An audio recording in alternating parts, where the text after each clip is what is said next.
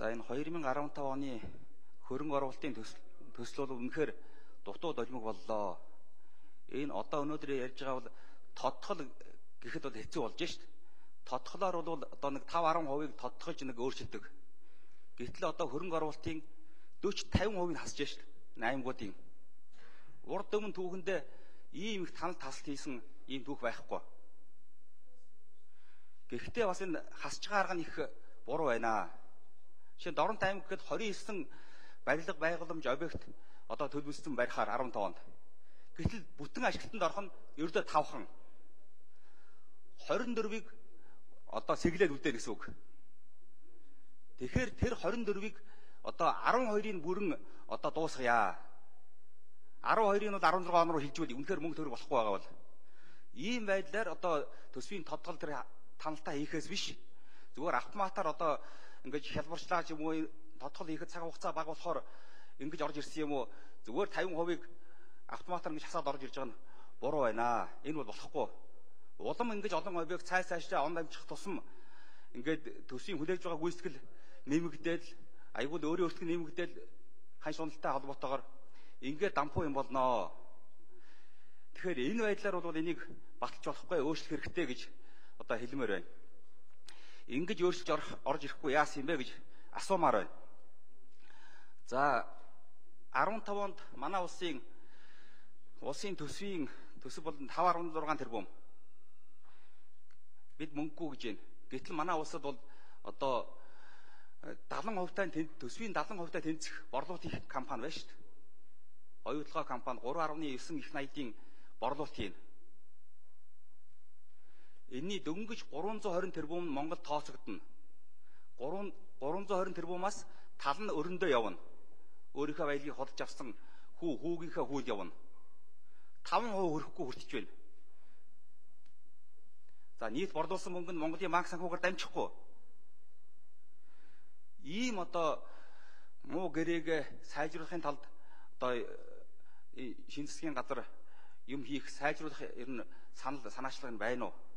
Урд нь бол одоо шинжлэлийн засгийн газрын үед 12 онд 13 оны төсөв дээр бол 445 тэрбумыг оюутлогоогоос оройтлын татварыг нэмэгдүүлнэ гэд тавьсан байснаа оюутлогоос өвшөөрөхгүй байна гэж чадаагүй байхгүй болгосон. Гэхдээ нэг компанид одоо бид нар мэдлэх болсон ба шүү дээ. 445 тэрбум гэдэг чинь өнөөдөр 15 онд нэг ч аймагт нэг сумд нэг цэцэрлэг байхгүй. Шинэ цэцэрлэг. 445 цэцэрлэг гэдэг бол бүх 330 суманд бүгдд нь нэг шинэ цэцэрлэгийн үнэ.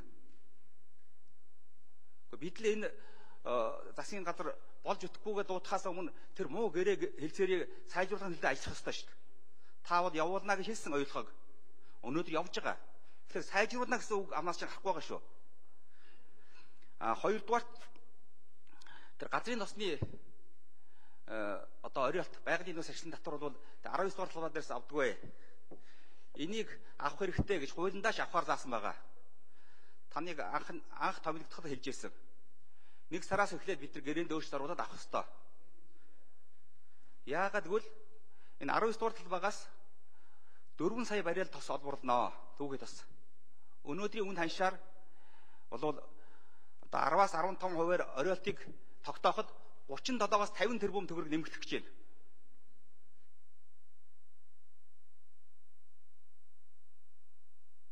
Болорчлон гүшүүн нэмж 1 минут.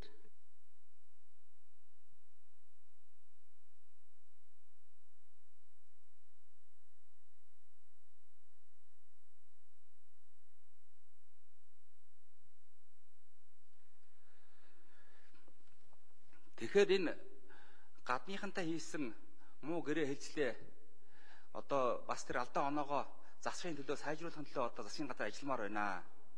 Гадныхны өмнө бол одоо навц хийчээ доошоо ширвээд байж болохгүй шүү дээ. Гэхдээ өнөөдөр Монгол улсын 19 дугаар талбайгаас оройт авахгүй байхад гаргасан нийт Монгол гаргасан зардлынхаа 10% гадаад дахь эзэст нь авж байна. Захиргааны зардал нэрээр. Энэ нь өөрөө 30-40 тэрбум болж байна. Ийм шудраг басан байдал байх болохгүй шүү дээ. Энийг өөрчлөх ёстой. Энийг юу хэзээ өөрчлөх юм бэ гэж асуумаар байна. Тэгээд төрийн албан хаагчдын 36 сарыг байхгүй болгоно, одонтой агчдын мөнгийг байхгүй болгоно гэж нь одонтой эхчүүдийн мөнгөний фондыг байхгүй болгож болохгүй. Хуушин социализмын үед бол нэгдүгээр зэргийн одонтой хүн 4,000 төгрөг авдаг байсан. Тэр үед эхчүүд жилийн цалингийн фондоо хүртдэг байсан. Өнөөдөр эхчүүд хагас сарын цалингийн фондоо хүртэж чадахгүй байгаа. Ийм өчөөхөн мөнгө өгж байгаа. Тэгээ энийг бол фондоор нь одоо багсаж болохгүй гэдгийг бас хэлмээр байна. Дээрээс нь бид өөрсдөөсөө хэмнэлтэд гарах ёстой.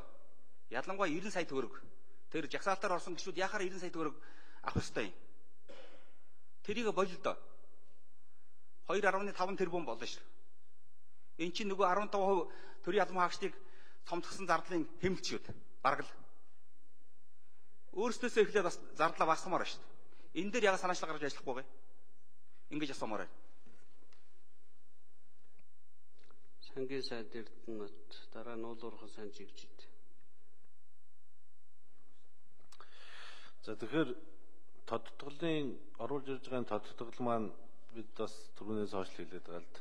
Аливаа ямар хөрсөн дээр нь буулга тавьчихъя гэдэг. Дандаа худлаа яриад яваад ерөнхий сайд ч гэсэн хэлээл. Бид нар өнөөдөр байхгүй зүйлийг бий болгоод олохгүй зүйлээ олно гэж яриад тэрнээсээ болоод тэрэндээ таарсан зардлыг тавиад яваад байдаг. Жил болгон засгийн газрын өөр дотоод бондороо 1 их найдаар нэмэгдээл байдаг. Жил болгон засгийн газрын төлөвлөсөн их хурлаас батлсан орлогын төлөвлөгөө 1 их найдаар тасраал байдаг. Бид нар эрхчилж гисэн хүссэн ч үссэн ч улсын өрийн хэмжээ 900 тэрбум төгрөгөөр нэмэгдэн. Энэ бол улсын төсвийн алдагдлын хэмжээгээр нэмэгдэж байна гэсэн үг. Цаашдаа бид нар одоо магадгүй саяны одоо их зарим гишүүдийн хэлж байгаагаар энэ бүх зардлуудыг тавиад тэгээд одоо санхүүжүүлнэ гэдээ ингээд тооцох юм бол дахиад орлого талдаа бид нар худлаа тоо тавина. Магадгүй 30 сая тонн үрс экспортлно гэдэг ч юм уу. 20-30 тонн алт олзуурлана гэдэг ч юм уу. Энэ нь угаасаа ийм байдал бий болохгүй байсаар 2-3 жил явцсан байхгүй. Явцсан учраас өнөөдөр энэ засгийн газрын хувьд бол энэ төсвийг бодит байдал дээр нь нөхцөл байдал дээр нь авааччихъя гэж байна. Хэдийгээр бид нар 900 тэрбум төгрөгийн зардал орлогыг аль талаас нь хасаад ороод ирсэн ч өнөөдөр улсын төсвийн алдагдал 900 тэрбум төгрөгөн дээр байж байгаа байхгүй. 900 тэрбум дээр. Жишээ нь одоо орон нутгийн хөгжлийн сангаас та мөнгө хассан байна гэж ярьж байгаа. Орлого нь орохгүй байгаа учраас орон нутгийн хөгжлийн сангаас мөнгөний бууруулж байгаа. Тэрнээс шууд орон нутгийн иргэдийн хурлуудыг баахан ажил төлөвлүүлчихэд өнгөрсөн 2 жилийн шиг за ингээд орлогч нь орохгүй байгаа учраас санхүүжилтийг ч өгч чадахгүй нэ гэд орон нутгийн тухайн аж ахуйн нэгжтэй худлаа ярьцдаг, улс нь ч орон нутгтаа худлаа ярьцдаг. Ийм байдлыг л бий болгохгүй байя. Ерөөсө бодит байдал дээр ажиллаа төлөвлөдөг болёо. Орон нутгийн ч гэсэн өөрийнхөө байгаа нөөц бололцоондоо тэр 5 тэрбум төгрөндөө таарсан ажиллаа хийх тендерээ зарлаад яваг. Тэгэхгүй тэгээд 10 болгочоод 5-ын улс нь өгдөг. Өмнөөс нь нөгөө тендер зарлаад ажлыг эхлүүлсэн орон нутгийн худлаа ярьсан ийм байдалтай болоод байгаа ш сүүлийн үед бол. Тэгэхээр энэ нөхцөл байдлыг л одоо болиулъя гэдэг ийм зүйл дээр тулгуурлаж, энэ зүйл дээр үндэслэж энэ удаагийн одоо төсвийн тодтгол орж ирж байгаа маа. Аль болох худлаа зүйл хийхгүй байя, худлаа амлалт өгөхгүй байя л гэдэг ийм зарчим барьсан ба. За, юуны оюу толгоон гэрээний хувьд бол энэ дээр бас ажлын хэсэг мэрцэг гараад ерөнхий сайд хариулж байна. Жигжид сайд. За, боловчдын гишүүний асуултанд хариулъя. Тэр газрын тос олборлож байгаа талбай дээр 19-р талбай дээр одоо роялти авахгүй байгаа тухай асууж байна. За, энэ бид бас тантай адилхан санаа зовж байгаа. За, юуны газрын төсний тухай хуульд нэмэлт өөрчлөлт оруулсан нэмэлт өөрчлөлт сая өнгөрсөн оны 7 сарын 1-нд оруулсан байгаа. Энэ хууль гарахаас өмнө одоо энэ бүтээгдэхүүн авах гэрээг байгуулсан байсан юм аа. Тэгэхээр энийг бас одоо бол мөрдөж байгаа. Гэхдээ бид роялти авах талаар бол ажиллаж байгаа. Ажиллаж байгаа хэлбэр нь бол өөрөөр хамтын ажиллагаагаа өргөжүүлж тэлээд тэн дотроо 19-р талбайд роялти авах асуудлыг бас нэг нөхцөл болгож тавьж эсрэг талтайгаа яриа хэлцээ явуулах ийм одоо бодлоготой байгаа. Энэ талаар бол ажил хийгдэж байгаа. Хэсэд.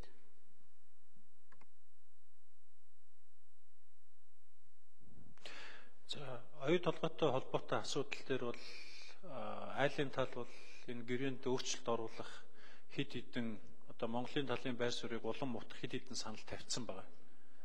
За бид нар ч бас гэрээндээ бас өөрчлөлт оруулчихъя гэсэн бас ийм хүсэлтэй хэд хэдэн санал бол байгаа Монголын талд. Гэхдээ өнөөдөр бол энэ гэрээнд өөрчлөлт оруулъя гэдэг яриа хэлцэл бол байхгүй байгаа. Аль талаас нь ийм яриа хэлцэл хийгдээгүй. Яг гэрээний өөрчлөлтийн тухай асуудлыг яриаг байгаа. Яриул манай тал цаг хугацааны хувьд бол ашиггүй байна. Бид нар дотроо ийм их зөрчилтөө янз бүрээр бид нар хоорондоо хэмтэлцэн, дээрээс нь эдийн засгийн хувьд ийм хүндрэлтэй ийм байгаа тохиолдолд бид нар бол нөхцлөө бол сайжрахаасаа илүү муужирч магадгүй. Тийм учраас бол гэрээний өөрчлөлийн асуудал байхгүй. Харин энэ оюу толгойн 2 дугаар шатны одоо газар доорх энэ төслийн санхүүжилтийг авах уу, үгүй юу, эхлүүлэхгүй юу гэдэг ийм яриа хэлцэл бол байгаа. Энэ ажлыгаа засгийн газар аль болох бас хурдан хугацаанд энэ одоо байгаа нөхцөл байдлыгаа муудалцахгүйгээр үргэлжлүүлэхийн тулд ийм яриа хэлцлийг бол үргэлжлүүлээд явуулнаа. Оюу толгойн хувьд. За нэг юм нь би боловч чулуун гишүүнийг бас ингээд нөгөө дахиад түрүүн бид нар ингээд гишүүд маань санаатаа тэгдэм үү эсвэл үгэндээ хүч оруулах гэдэг гэдэм үү ингээд буруу өгүүлбэрүүд хэлчих юм. Одоо жишээлбэл боловч чулуун гишүүн одонтой эхчүүдийн фондыг байхгүй болгох гэж байгаа. Яагаад ингэж байгаа юм бэ гэдэг ингээд тэгэхээр чи ингээд хүмүүс буруу ойлгодог. Бид нар одонтой эхчүүдийн фондыг байхгүй болгохгүй. Та дахиад над протоколоо үзээр би сонсоо сууж байгаа шүү. Энэ фондыг байхгүй болгохгүй юм яриаггүй шүү. Одоо байгаа энэ засгийн газраас орж ирсэн төслөөр бол 85 мянган эхчүүд хамгийн бага хүүхдийг 18 нас хүртэл энэ мөнгийг бол үргэлжлүүлэн авахар ийм орж ирсэн шүү дээ. Тийм учраас энэ алдартай одон мөнгө байхгүй болж байгаа, фонд нь алга болж байгаа юм байхгүй. 54 оны анхных нь хэлбэрт нь бол оруулж байгаа. Ийм л зүйл орж ирж байгаа шүү дээ.